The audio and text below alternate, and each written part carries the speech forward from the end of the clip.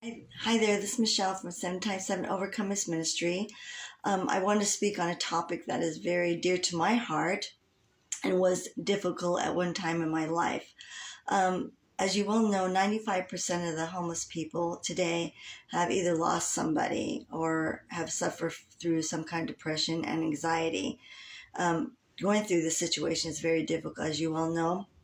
A lot of my family and my friends have lost someone, and as well as my own experience losing my father, my brother, my son, and then my daughter in such a short amount of time span.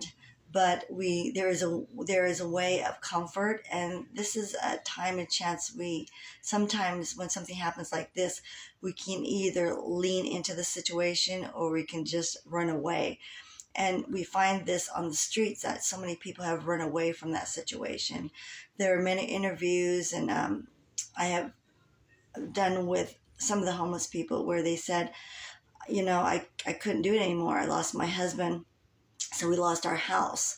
I lost my job because of depression. Not that I didn't want to work, is that I couldn't because of depression and anxiety. So they ended up checking out, and they didn't want to have that feeling of the remembrance of their loved ones. So they decided to get in a community where other people felt the same way. And this is why you have so much of this. And then they tend to get into drugs and alcohol to numb their pain. So to make a short note, this has a problem where we have that common denominator with so many people, knowing that we can feel, we can have empathy for these people as well, knowing what they're going through. And the best way is to tell them the only hope is in Jesus Christ. For myself, as being brought up in a Christian home, as being my dad as a pastor, I did have a really good foundation.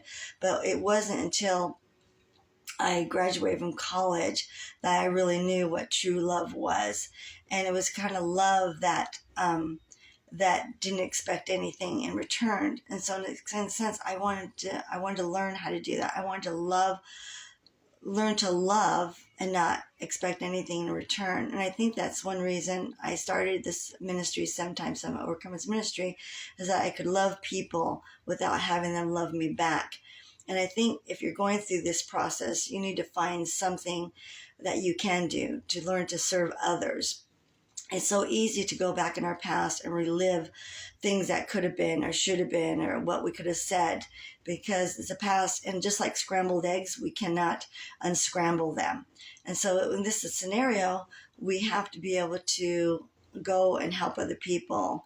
And by helping other people, this is how healing yourself from all this grief and anxiety. I really wanted to talk about this topic because the last few weeks I have been speaking to some people in the ministry where they had an apartment, they had a home, and me and my pastor were having breakfast last week, and we ran into one of the girls, Carol, and she just came up and just nonchalant said, "Yeah, I used to live at those apartments over there, me and my husband when I was married." And you look and you think, wow, when you look at her, you think she's been on the streets forever. But she had a life, and she had a family, she had a husband, and she had a place to live. But she decided to check out. And that's one thing we want to really try and prevent, getting to the root of people and not allowing them to check out so fast. So it's really important to share your testimony and tell other people what you've been going through and how God is helping you. And through you helping others, it will help your healing process as well as theirs.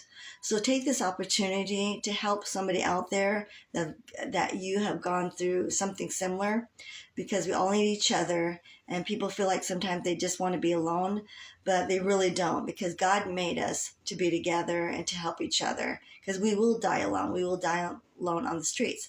There are people that are homeless that are dying on the streets because of lack of communication. And there are people that are shut indoors because their family members, their kids don't ever come and visit them anymore. And so they're dying inside too. So God made all of us to be together, to support. So whenever you feel like you say, I just want to be alone, I'm better alone, because we know that's not true. Being together is being stronger. So please take this opportunity to help somebody out there. God bless.